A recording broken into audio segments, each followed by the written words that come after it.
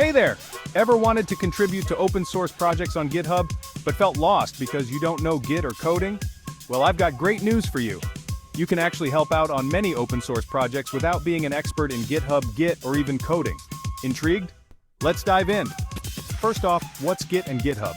Git is a version control system that tracks changes in your files over time. It's great for collaboration and keeping your data safe. GitHub, on the other hand, is a platform that hosts Git repositories. Think of it as a social media site for your code and projects. Alright, let's break down how you can start contributing. Step 1.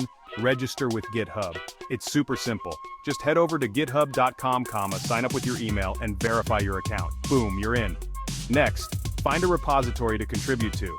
Many projects have text files like readme.md or help files that you can easily edit. You don't need to be a coding wizard to fix typos or improve documentation.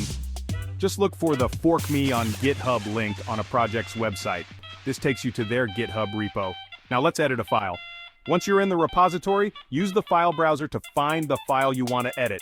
Click on it, and you'll see a pencil icon. Click that to start editing. If the file isn't yours, GitHub will ask you to fork the repo. This means you're creating a copy of the project under your account.